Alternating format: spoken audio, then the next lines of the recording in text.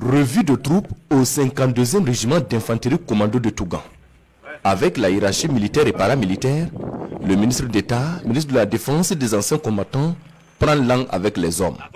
Une visite inopinée pour féliciter les forces combattantes pour l'œuvre accomplie au quotidien et surtout pour les encourager à maintenir la pression sur les forces du mal.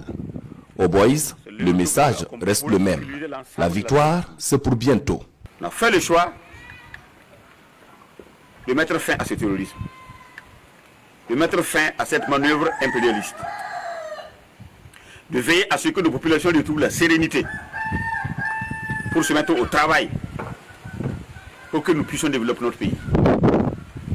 Il n'est pas question que nous baissions la garde. C'est pour ça que je suis heureux de vous voir ici, militaires, VDP, ensemble en train de lutter contre l'ennemi commun. Et je puis vous assurer que ce n'est qu'une question de temps. Ça va finir. Ça va finir et nous allons travailler à ce que ça finisse le plus vite possible. Encore plus de détermination, encore plus d'engagement et encore plus de foi que la victoire sera bientôt.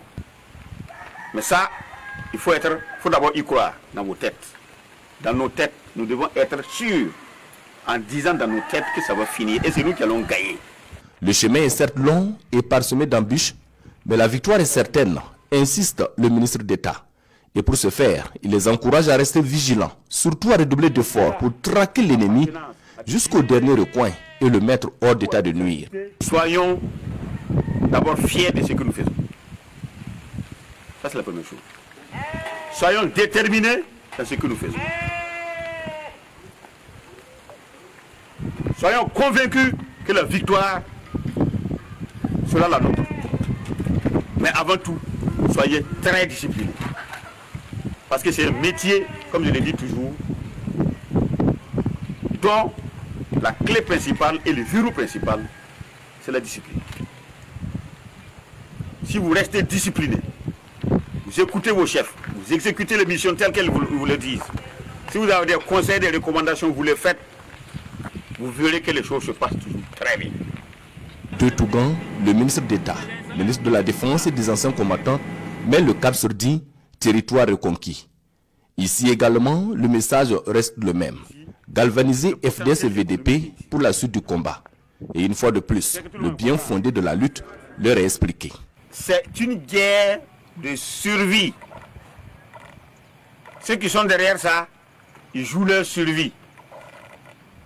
Parce que ils ne veulent pas de nous, ils veulent de nos richesses. C'est ça qui les intéresse. Ils sont venus avec de fausses idées de religion. C'est complètement faux. Ça n'a rien à voir avec la religion. C'est même pas des gens qui prient. Ce qui est derrière ça, c'est que nous nous détruisions. C'est que nous nous tuions entre Burkinabés.